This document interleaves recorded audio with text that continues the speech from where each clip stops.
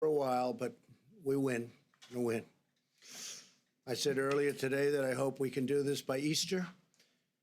I think that would be a great thing for our country, and we're all working very hard to make that a reality. We'll be meeting with a lot of people to see if it can be done.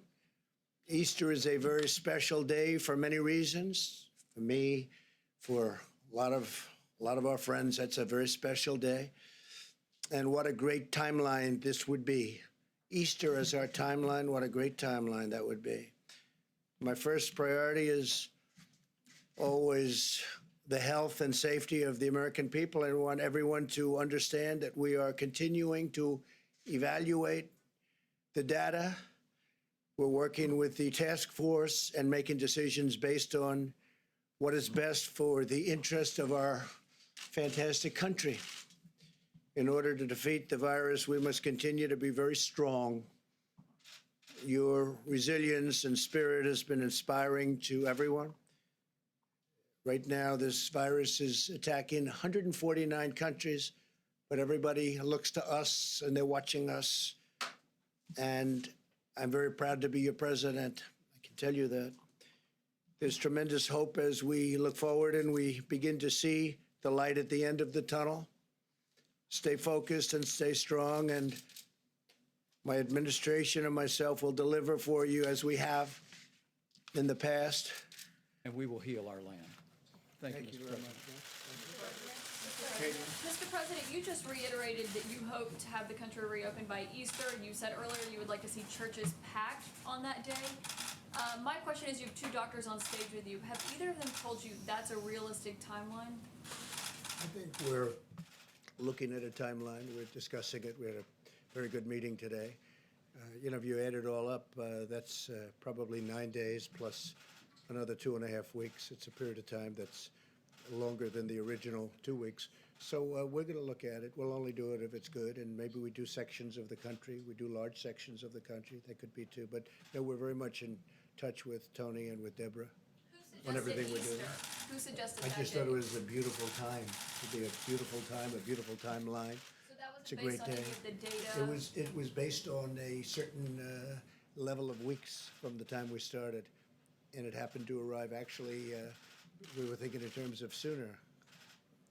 I'd love to see it come even sooner, but I just think it would be a beautiful timeline. John?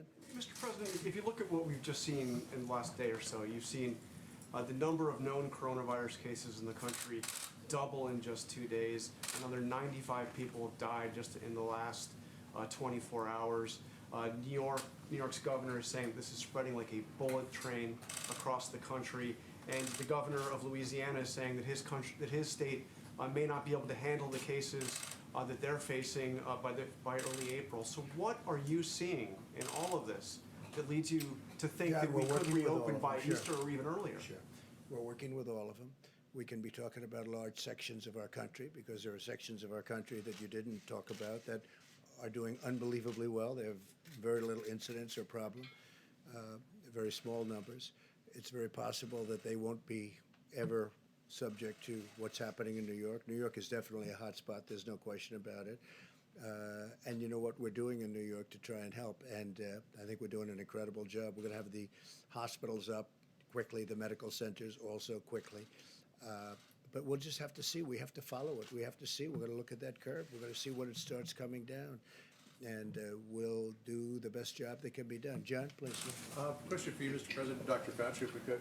Just when looking at this idea of an Easter timeline, and I don't know that's probably flexible, what are the metrics by which you will make the decision as to whether you can say, yes, we can open up this area of the country, or no, we can't open up that area? I mean, will you be looking at disease numbers? Will you be looking at possible containment, isolation? I think we'll be looking at a lot of things. We'll also be looking again at very large portions of our country. And I will be guided very much by Dr. Fauci and by Deborah and by some of the other professionals that work with both of you.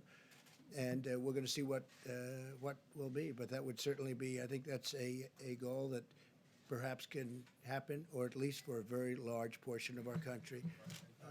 Fauci, since, as the president said, you and Dr. Birx and others will be guiding him in making the decision, Where are you now with this timeline of 19 days from now? So, I mean, that's really very flexible. We just had a conversation with the president in the Oval Office talking about, you know, you can look at a date, but you got to be very flexible. And on a literally day by day and week by week basis, you need to evaluate the feasibility of what you're trying to do. And John, you asked for, you know, what kind of metrics, what kind of data.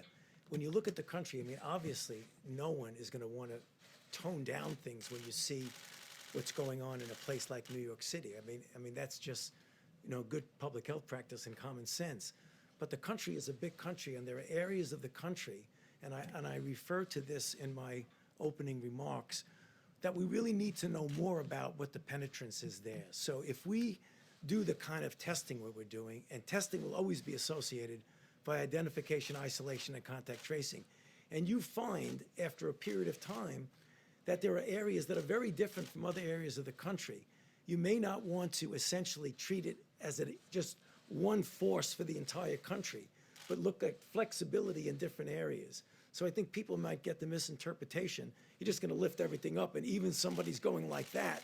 I mean, that's not going to happen. It's going to be looking at the data. And what we don't have right now that we really do need is we need to know what's going on in those areas of the country where there isn't an obvious outbreak.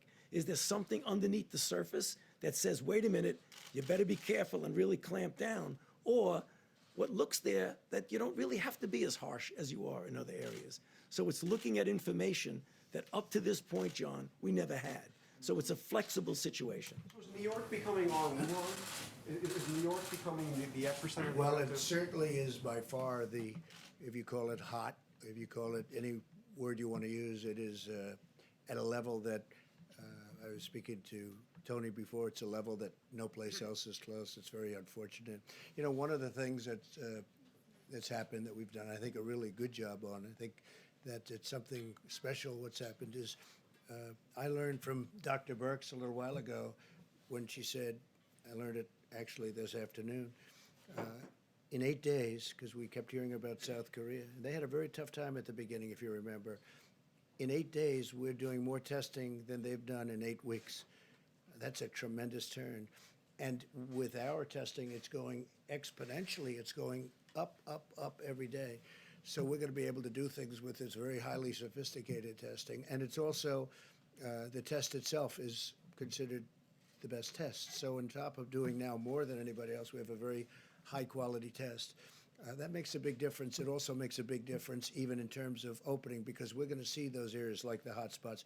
But New York City definitely is a very hot spot. Steve? When you talk about areas that you could open up, what specifically are you looking at? What states? Are you talking about out west? Well, or you can talk Midwest or about South? Where the exactly? Farm Belt. Take a look at the Farm Belt. Take a look at areas out west. Look at big sections of Texas. I was talking to the great governor of Texas. They've done a fantastic job out there, but they have very big sections of Texas where, you know, it's like numerous states, frankly. But we can have large sections of, if we want to do it that way, we can have large sections of the country open. I think it's very important that we start moving on that and start thinking about it, because our country wants to be open. Our people want it to be open, and they're raring to go. And I think it's one of the reasons that we're going to have a tremendous bounce back. I think it's going to go very quickly. Also, I want to thank, while I'm here, I want to thank Larry for the job he's done, Steve Mnuchin for the job he's done. If you look at Peter Navarro, he's sort of doing different things. He's really, he's a force in terms of getting masks and getting all of the ventilators and all the things. He's been fantastic, Peter. But I also want to thank Congress, because whether or not we're happy that they haven't quite gotten there yet, they have been working long hours. I'm talking Republicans and Democrats, all of them. The House, the Senate. I want to thank Congress because they are really trying to get there, and I think they will. And I'll see you all tomorrow. Thank you very much. Did Thank you give Governor Cuomo a heads up, Mr. President, about the quarantining for people who left New York? Did you give Governor Cuomo a heads up about quarantining people? We're talking to them about it. Did you ask South Korea for that? What are you asking for, Mr. President? Is it wise to pack churches on Easter? It takes one person to contaminate a whole county. Hey, Larry? Larry? Anytime.